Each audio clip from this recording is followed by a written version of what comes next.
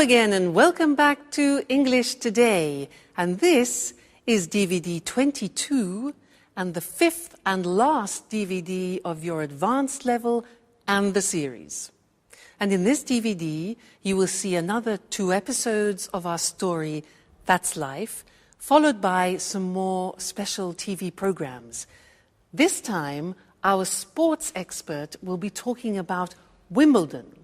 And then our culinary experts will be talking about wine tasting.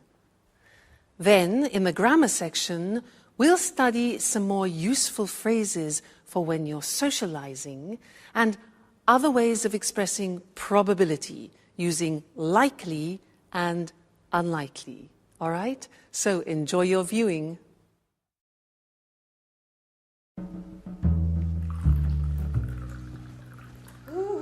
Anne! Hi. I'm so happy you have accepted my invitation. What a strange voice you have. I almost wouldn't have recognized you. It's the thrill. You can't imagine how I've longed for this moment. Oh, really? You don't say. To be truthful, I'm rather emotional myself. Oh, I'm glad you feel that way. Slow down, boy. I really don't want to wake the others. Oh, the others? Never mind. Who cares if they find out? Actually, I'd rather they didn't. You know how I am. I'm shy and reserved. Oh, what a pity. I know. And that's why I'm crazy about you. Reserved with the others. But you are a tiger when it comes to what you want. Come again? Oh, you know exactly what I'm speaking about. Let's light a candle. I want to see your face.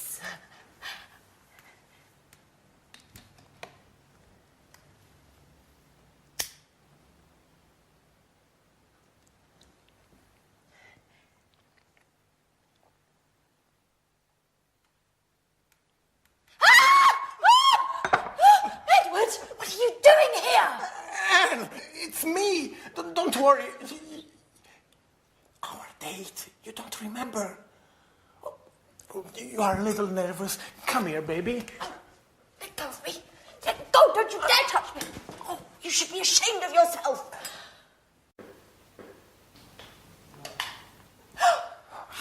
Hey, what's going on in here? Edward? No. Anne?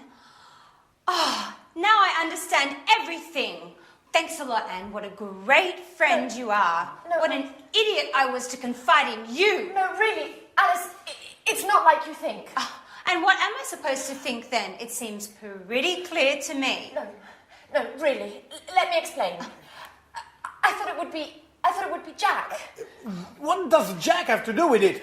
Why did you leave me this note in my napkin the other day? Edward, it was me who wrote you that note. I can't believe you don't get it. But the poetry and the roses, that was you. Sorry about that. I thought... I'm so sorry. What an amateur you are, Edward.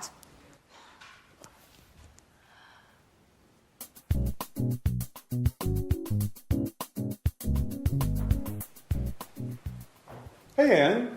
Hi. Have you read the paper? There's an article about Peter. Our singer has become famous. No, I haven't read it. To tell you the truth, I'm really not interested. What a pity. It's very interesting. Hey, Alice. Hi, Alice. Take a peek at the paper. There's an article about Peter. Whoopee, glad to hear it. Who cares? Fun you girls are. It's quite the pleasure to hang out with you. Edward, at least you'll be interested. Would you like to read this article about our friend Peter? Actually, I wouldn't, Jack. Would somebody explain what's going on? I have never seen so many long faces. You and your expert advice.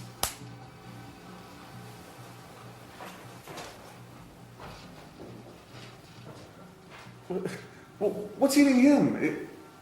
Has he gone star-craving mad? No, Jack, I've gone star-craving mad. Yet again, I played the fool. What an idiot.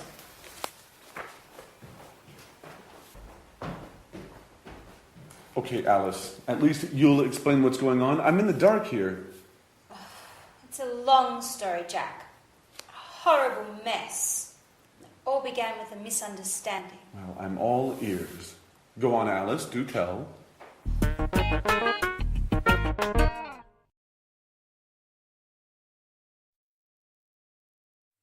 Hello again and welcome back. I want to look at some more socializing language with you because very often you just don't learn that when you study in schools and things like that. And it's very important when you're traveling to be able to socialize and feel confident. What I'm going to do is some of the things are new, some of the things you already know. Now, I'm going to say something to you and I want you to think about how we use these particular phrases. All right, so let's start. Now, if I say to you, never mind, don't worry, never mind, don't worry, when do we use that? Yeah, it's often in a situation where, for example, you disturb somebody, you say, oh, I'm terribly sorry, because you pour red wine on their trousers or something like that. I'm terribly sorry. The person apologizes and you say, never mind, don't worry. It means for you it's not important. Okay? So, never mind, don't worry. What about this one? If I say, what a pity, or, oh, what a shame. When do I use that? What a pity. What a shame. Yeah, it's to express your disappointment when something happens. Oh, you can't come tonight. What a pity. What a shame. All right, so disappointment. Good. Next one. This is difficult. This is new for you. If I say just as well, what does that mean? You don't know, it's difficult. Just as well has no sense individually. I'll give you an example. It's not going to rain tomorrow. Just as well. And in that situation, just as well means I'm happy about that. That's good. All right, so just as well is like saying that's good. All right, just as well. Great. Next one, sorry about that. Notice we say sorry about that. Okay, that's when you want to apologize about something. Sorry about that. Very common, sorry about that. Next one, this one. Well, fancy that. Well, fancy that. Now this we use when we want to express surprise. Fancy that. He won the competition. Really? Fancy that. Okay, good. Next one. You must be joking. You must be joking. Joking, now, that is when you don't believe something. You want to express your disbelief. So, for example, England won the World Cup. Oh, come on, you must be joking. Right? Now, this one you do know, so this is revision. When do we say, well, actually, I'd rather you didn't? Well, actually, I'd rather you didn't. You know those golden words, well, actually? Yeah. Somebody asks you something like, do you mind if I smoke? And you want to say no politely, not aggressively. So, well, actually, preparation, psychological preparation for no. Well, actually, I would rather you didn't. Well, actually, I'd rather you didn't. Very important. These are nice. Mind how you go. Take care. Very nice phrases, those. Mind how you go. Take care. We say those mind how you go means be careful when you're traveling. When somebody is leaving you and saying goodbye, we wish them that. Take care, mind how you go. It means look after yourself, all right? And the last one is cheers. Now, cheers is something we usually use when we're drinking. Two people, cheers. But now we also use it in a familiar way to say goodbye. Cheers. So that's what I'll say to you now. We've finished our socializing lesson. So cheers. See you in the next lesson.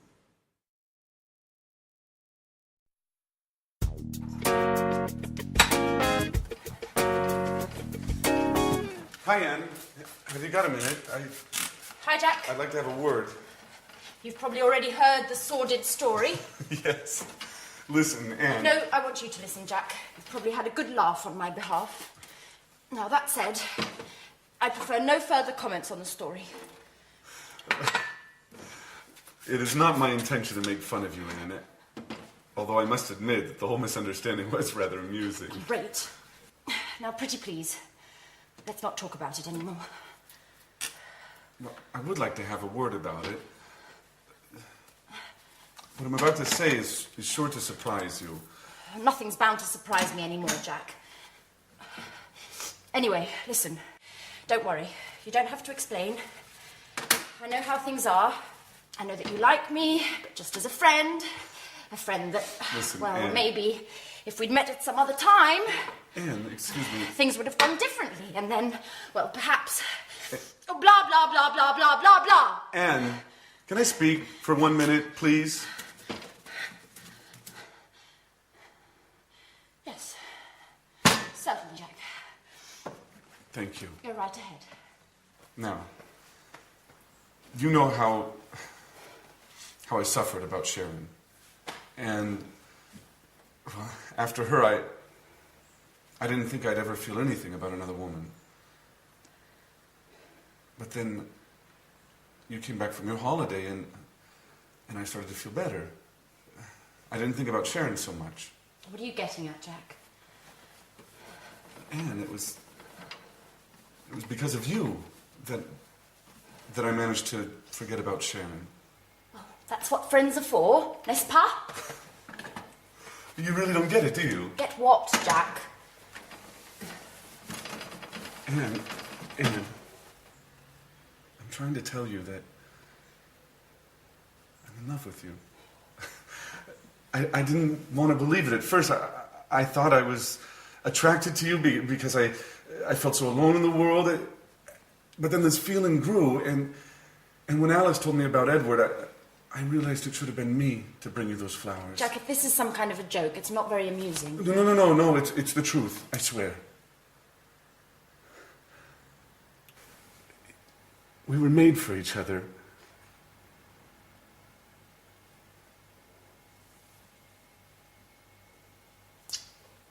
I should have realized it sooner. I'm sorry. Well, Jack!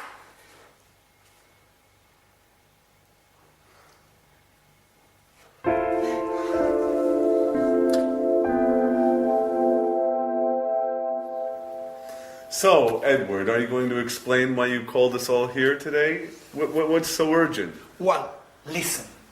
Something marvelous has happened, to say the least. I must say I'm a little unsure about what you term marvelous. Oh, let's put aside our differences, Alice.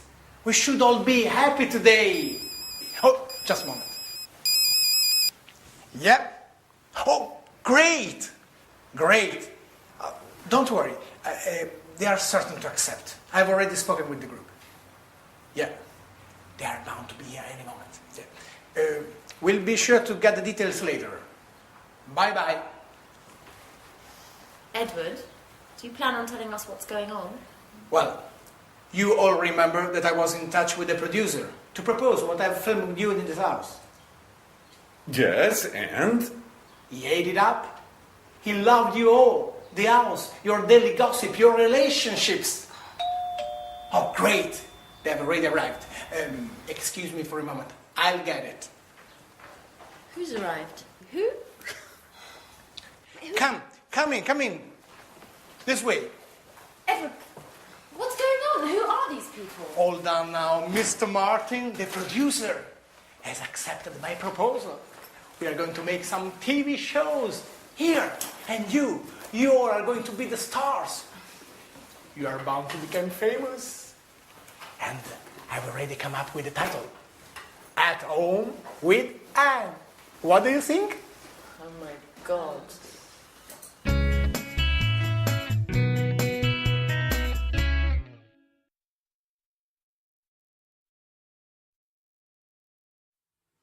Hello again, and here we are at the last lesson.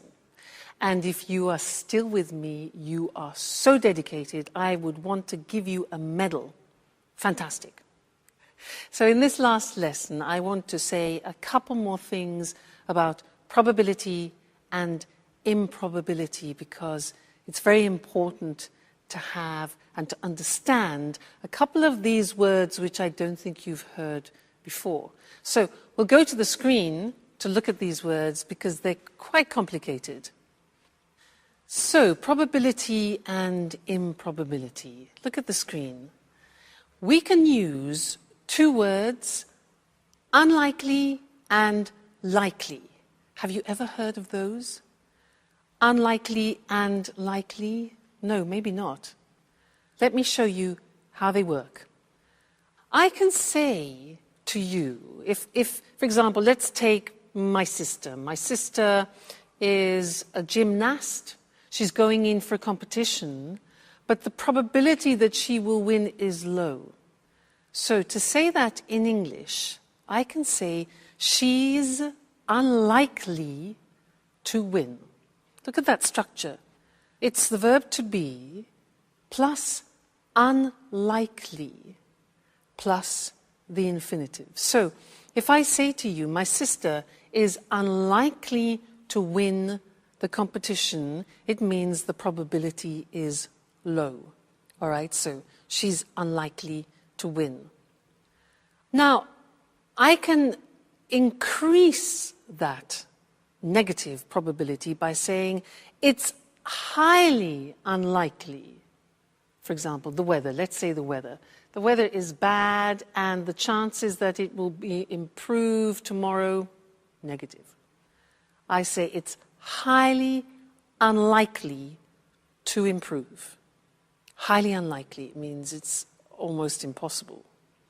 So we can add highly to unlikely. You see, unusual structure this. Another example, he's unlikely to get it. All right, so I want you to think about that. Unlikely is something we use a lot in the English language. You need to recognize it and to use it yourselves. Now let's move on to real probability, expressing real probability. In English, we can use the word certain, sure. These are words that you already know. But there's another word which I don't think you know, and it's bound, from the verb bind, bound, bound.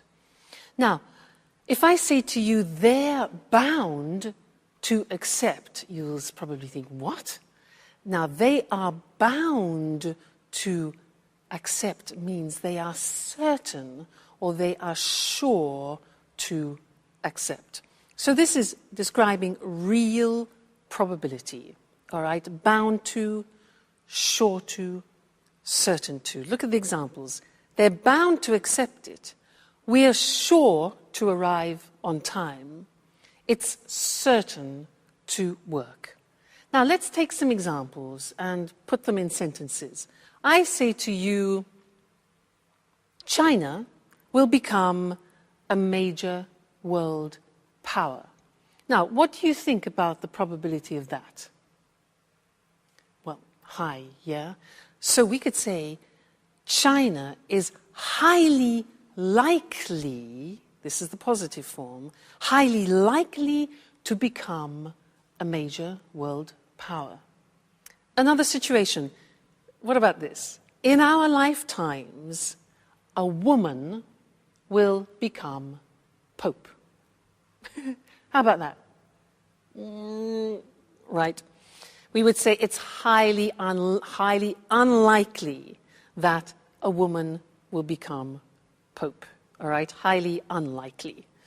Another example, the world's climate will continue to change. I think that's obvious, yeah? So we could say the world's climate is bound to continue, is sure to continue to change if we keep behaving like this. And one more. You'll learn English if you follow this course. That's for sure. So we would say, you're sure, you're bound to learn English if you follow this course. All right, so different ways for you to express probability, strong probability, less strong probability. Fantastic. Well, what can I say to you? You have been wonderful. You've studied hard, followed all the lessons. All I can say is keep practicing. Go to England, go to America, go to Canada, go on a holiday, speak to tourists, speak to friends, do courses, keep reading. It's important. You know English is an important language. Today, it's not possible to work or live without it. So thank you for being such great students. And who knows, maybe you and I will bump into each other in a street in London. Well, I hope so. So take care. Look after yourselves, and good luck with your English, okay? Bye, and thanks again.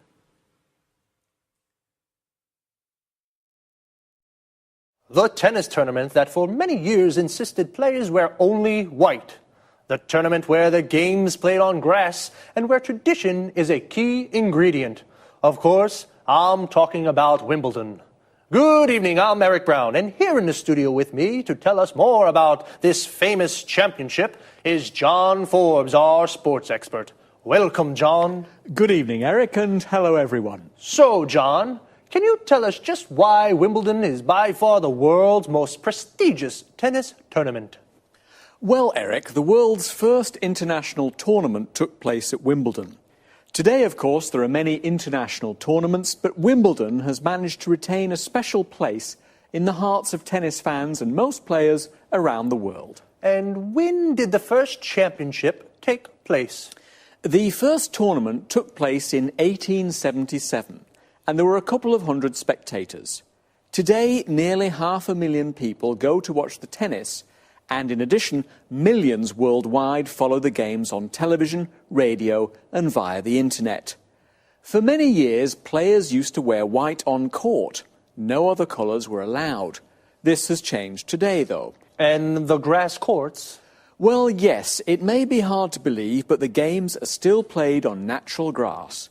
Obviously, a great deal of care and attention goes into getting the grass to the state of perfection. For example? For example, 1 ton of grass seed and 3 million litres of water a year, and a team of 14 groundsmen. 14? Yes, 14. But you know, Wimbledon's famous grass surface can cause problems. What sort of problems? Today, very few top-level championships are played on grass. The world's top players just aren't used to playing on grass anymore. And some top players really dislike grass. Were grass courts more common in the past? Yes, they were. 3 of the 4 Grand Slam tournaments used to be played on grass. I guess the one exception was the Roland Garros tournament in Paris. That's always been played on clay, right? That's right, Eric, but the Australian and the US Opens, which were originally played on grass, have now switched to surfaces requiring less maintenance, leaving only Wimbledon with the surface on which tennis originated. And what difference does the surface make? Actually, it makes a big difference, Eric. On grass courts, for example, serves can be very, very fast, over 210 kilometres per hour, and the ball tends to bounce lower than on other surfaces, giving attacking players an advantage. And the alternatives? One alternative is the clay surface of the courts of Roland Garros in Paris. Here, compared with Wimbledon, the game tends to be slower and the ball bounces higher, giving the defensive players the advantage. Fascinating. Okay, thank you, John. One last question. Where exactly is Wimbledon? Wimbledon is a pleasant, leafy suburb in southwest London. Obviously, it's famous all around the world for the tennis championships that take place there every summer. Okay, thank you again. Thank you. Goodbye. And goodbye to you, and see you again next week for another edition of Sports Special. Today's topic was one of the most important tennis tournaments in the world. A tournament is a sports competition. Did you know the first Wimbledon Tennis Championship took place in 1877? To take place means to happen in a certain location. A championship is like a tournament. There are a series of games and there is a winner, a champion. Today, Wimbledon has nearly 500,000 spectators. Spectators are people who watch something from a short distance. And millions of viewers follow the championship on TV. Viewers are people who watch something on TV. We can also say to follow something on TV. A person who plays tennis is called a tennis player. Tennis is played on a tennis court. The Wimbledon Championships are played on grass courts. Tennis courts with a grass surface. They require a lot of maintenance. Maintenance means care and looking after. The other three famous Grand Slam tournaments are all played on clay courts. A clay court has a fine red earth surface. The first shot in tennis is called a serve. A series of shots between players is called a rally. When the ball hits the ground, we say it bounces. The ball tends to bounce higher on clay courts, and it bounces lower on grass courts.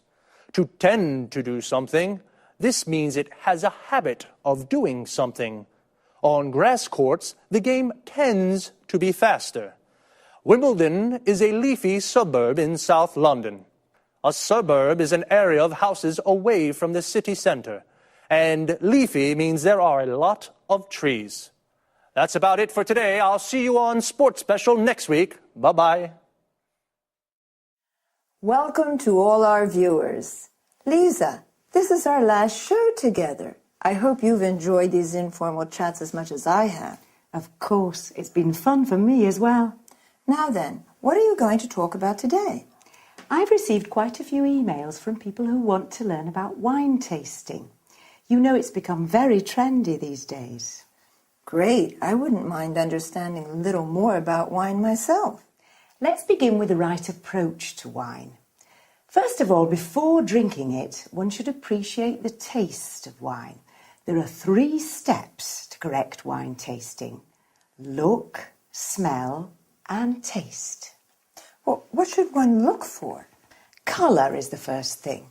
Whites range from green to yellow to brown, and red ones can be pale red to deep brown. Is the colour of wine related to age? The general rule is whites tend to darken with age. It's usually the opposite for red ones. Now tell me, Lisa, why do people tend to swirl their wine before tasting it? For 2 reasons: to observe the body of the wine and smell its aroma. Now, how do aromas of wines differ? Well, there are many different kinds of bouquet. For example, perfumed, spicy, smoky, and toasty. Well, now it's time to taste. Oh, before tasting, how should wines be poured? Let me show you. Still wines, like this one, should be poured towards the centre of the glass. Remember that sparkling wines, on the other hand, should be poured against the side of the glass. Why is that? So the bubbles don't escape. So, now try sloshing the wine yourself. Observe it carefully.